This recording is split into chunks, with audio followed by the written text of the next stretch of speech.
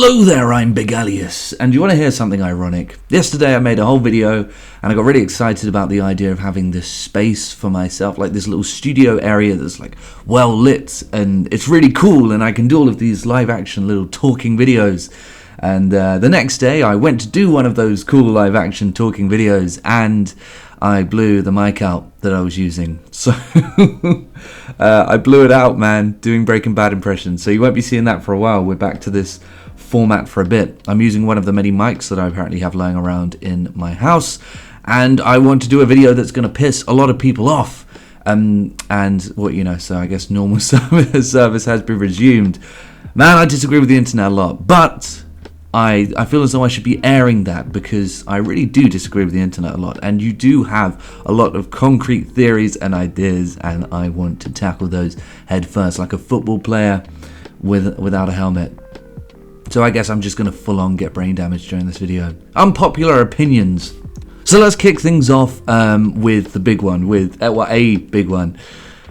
Black Ops 2. Right, okay, so Black Ops 2 is probably the most generic, mediocre first-person shooter I have ever played in my entire life. And I think I'm about to get sniped by a Barrett 50 cal, although it's okay though, because it will just be a body shot, so they'll only get a hit marker, so don't worry about it. I don't know, man. Like, I'm not on board with the hype. With this huge hype wagon behind Black Ops 2 and it's the greatest Call of Duty game of all time. Man, no, it just isn't. I'm sorry, a lot of people consider it to be one of the golden age Call of Duties. But unfortunately for you, that golden age ran between Call of Duty 4 and Black Ops 1. Black Ops 2 didn't really do anything innovative or interesting or that we haven't seen before. It didn't perfect the formula like Modern Warfare 2. It didn't introduce a bunch of new things that we see in every Call of Duty now, like Black Ops 1. I mean, it really didn't bring anything new to the table. Everything new that it brought was never looked at again, aside for the Pick 10 system, or really used in other games in general. It didn't really influence the market. We already had breaching storylines in games like Mass Effect and Dragon Age, and I think the Oblivion, Skyrim, Elder Scrolls games, I think they had it too. And quite honestly, they weren't that, groundbreaking a story either. It wasn't that, huge. Yeah, I mean, the gameplay was okay.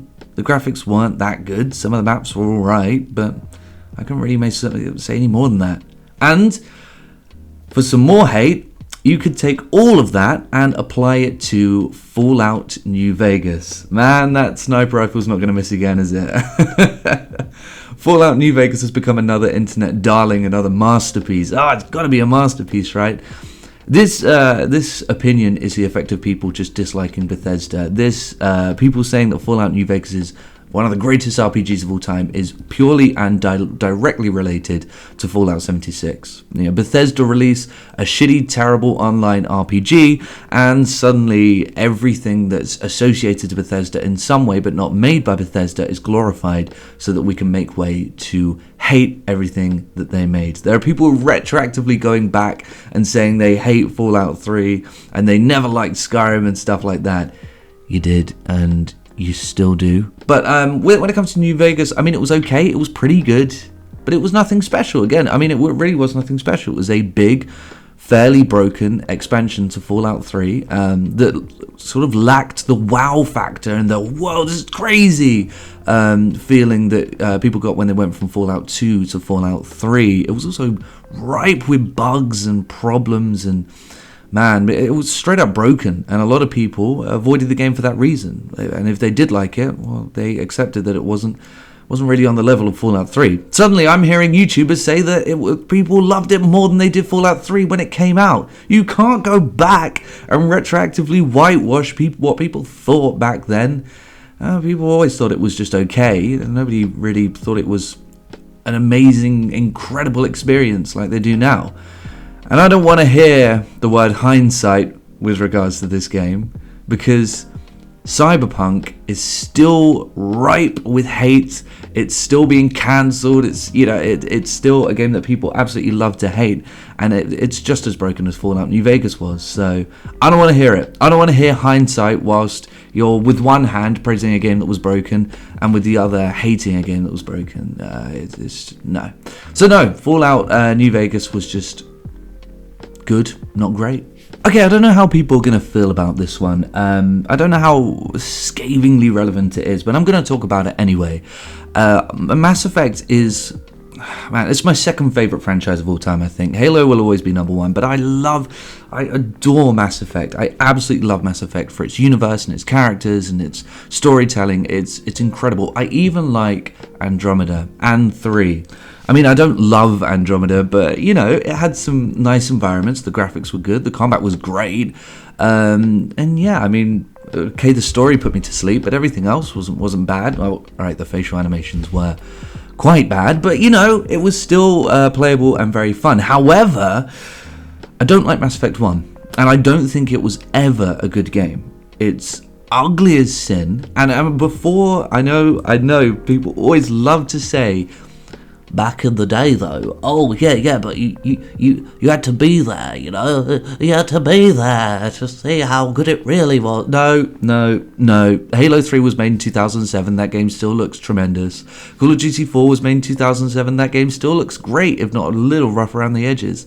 Bioshock 1 was made in 2007. That game still looks great too. Hell, Gears of War 1 was made 2 years before Mass Effect, and it still looks gorgeous to this day. I don't want to hear it. There were great looking games in 2007, and Mass Effect 1 was not one of them. It was the opposite of Halo 3. With Halo 3, Bungie understood the limitations of the engine, so they made a game that would look timeless. Mass Effect does not look timeless. It looks cluttered and ugly, and all of that could be said about the combat. The combat in Mass Effect is so bad, it's almost unplayable. For example, this is the best example of how the combat is broken on Mass Effect. I could not use assault rifles in this game. I mean, I literally could not use automatic weapons in this game because the crosshair is the size of Shepard. It is fucking massive, and the game has bullet spray. So when you aim your, crosshair at an enemy and you go to shoot at them, you have no idea where the bullets are going. Not a single idea. I'm trying not to blow out the mic right now. You have not a single idea of where your bullets are gonna head. You don't know if they're gonna go into the enemy. You don't know where they're gonna fucking go because the crosshair is so big and the bullets spray everywhere. So you have to use a pistol in a sci-fi shooter. What the fuck, man? Oh my god. And the game becomes incredibly difficult just purely because the gameplay is so bad. I didn't like Mass Effect 1. Alright, on to the final one. And this is the big one, the biggest one. I've been wanting to talk about this for a long time. Strap yourselves in. Because Halo 4's story is not good. Not only is it not good, I think it's a slap in the face to the people who created the Halo universe, Bungie. Here's why I think it is a slap in the face. We've all seen the clip of the Bungie employee, is it Joseph Statham? I think it's Joseph Statham, talking about how he's a vessel and, you inhabit this vessel, and they purposely made it so that he doesn't have too much to say, too much agency when it comes to things like a voice and things like that, so that you can impart yourself onto that character. And that makes sense, and we've all heard that, and we've all seen the contradicting clip of the 343 employee saying, Master Chief is human. Master Chief is... Success of the story is we didn't pump a lot of time into figuring out who the Master Chief was and why he was a ghost in the shell. We thought he is a husk. He's a big green suit of armor that you move around. There's something good about having the Master Chief essentially be a blank slate that helps each individual person connect to the character. Master Chief is human. He's not a machine. He's not a set of armor with a big weapon. He's a human with resilience. No! No! Master Chief is human. He has feelings and listens to My Chemical Romance. Well, if you wanted honesty, that's all you had to say. I can't believe what they did to these characters. And it's bad enough, right? But here's why it really bugs me. Because a lot of people will say, why can't they make their own story? They should be allowed to make their own story. They should tread their own path. They're unicorns like us. And you know what? You're absolutely right. I would absolutely agree. So, if that's the case, they should go do that. They should go over there and do that somewhere else. If they have all of these ideas that they want to create something with, go do that.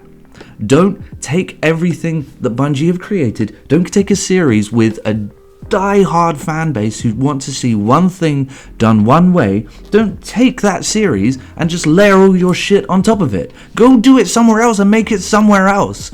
And I know full well why this had to be a Halo title. Because of course, we all know Microsoft pulled the strings. And they would have to make a Halo title because it's untapped fruit, right? I mean, it's this series, it's such a legendary, mythic game. Halo 4, it's gonna come out one day, I'll swear to you, there will be a Halo 4, there's gonna be.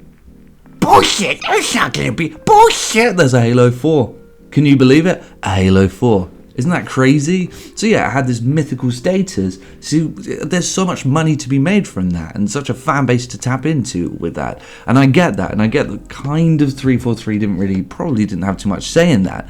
However, if that's the case, if you're locked into making a Halo game, respect the subject matter. Respect the original material. I mean, you're locked in. You know, you have to make a game in a certain way or you're going to piss people off. And people were pissed off when it came out. Overall, also, the story just wasn't that great as it is. I mean, really think about it. You jump out of a pod, then there's this orange goo, then you have to save some people who are chasing after you because you have a warning beacon going off, then it doesn't happen, then you crash onto a planet, then it turns out Cortana's going to die, then you have to go save some soldiers, then you get this tag on the floor that you found in another universe, on another planet, completely on the floor, out of nowhere, where you couldn't possibly reach. You pick it up and somehow it configures completely with your armor in a way that nothing has ever configured with your armor, giving you armor abilities that absolutely completely work with your armor that would only possibly work in the other universe.